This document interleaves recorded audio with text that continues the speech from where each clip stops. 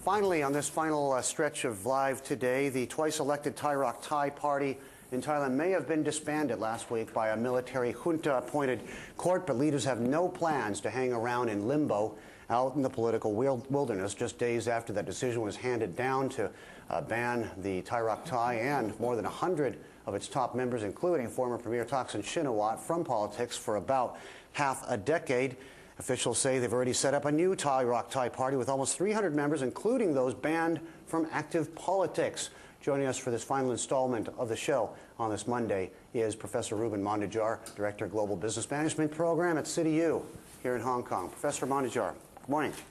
There was no appellate process. There was no right of appeal, presumably. It was the Democrats who had carte blanche to take the December elections, but now here's a wrench in the spanner. Thai 2 may be coming soon to a venue near you. What do you think? Well, I think they have the shell now to regain again their position. As you know, that this is the party which has so far has been the most successful political party in Thailand's history.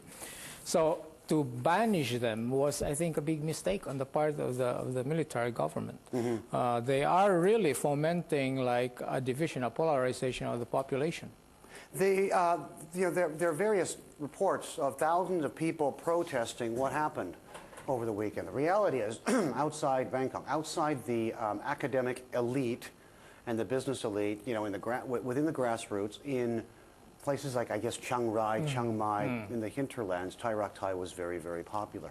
Yeah, they are very patient people, the Thai people, but at the same time, I think the events are forcing them to precisely look for someone who can represent their interests. It was only the Thai Party that really gave them soft loans, affordable health care, and these things which in the past, no party has ever given them. So, when they get to this like frustration, then we will probably expect more demonstrations of this type outside of the urban centers. How ugly is it going to get? Do you think this is going to turn into like a people power? Is it going to be like the Thai equivalent of EDSA in the Philippines? No, that can only happen in urban centers. And as you know, the ones that are really against Thaksin are in the urban centers.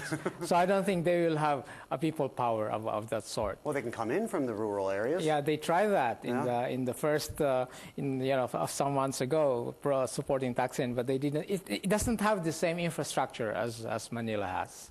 Would hanging in limbo, would wounded be correct words to describe the political environment right now? I mean, the Democrats are the only party left of substance, you know, with that kind of firepower, with that kind of reach. Even if they do take the December elections, and this is a big if, are they going to have a mandate in this kind of a system? Unfortunately, the Democrat Party, with their charismatic, handsome leader, Abhisit, really has not really sent the message out and has not been accepted by the public. His democratic vision is really confined to the urban centers. So the grassroots really have not connected with the message of the Democrat Party. So that was one of the solutions I thought they should have done, was to strengthen the Democratic Party, to really make it an alternative to Thaksin's party, which now is not. Is the whole, I mean, everybody, including Thaksin, after the vote, basically gave tacit acknowledgement that what they want to get back to is a democratic process, which they simply do not have in Thailand right now. If the procedural path now is tainted because of this, how are they going to get back to uncontested legitimacy with a democratic model? Well, we are not talking here of a perfect situation. We are talking of, little windows of opportunity that will be available to them.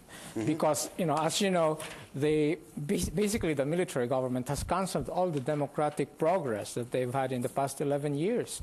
So I think they will have to, sort of be satisfied with little windows of opening that will be available to them, and then make use of that in order to get back to the democratic process. I think it's not impossible, but I would say it will take maybe another 5 years. What's the most important step that this military government needs to take right now to restore respectability with the world? I think give the amnesty as they are talking, but they seem to be kind of unsure. This government, the present government, has been unsure of itself all the time.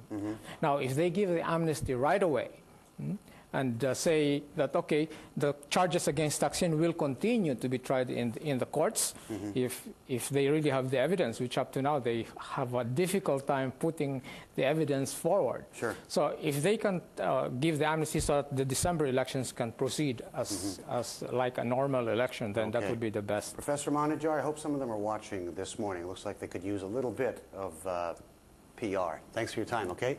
Have a great week. Reuben Mondejar, City.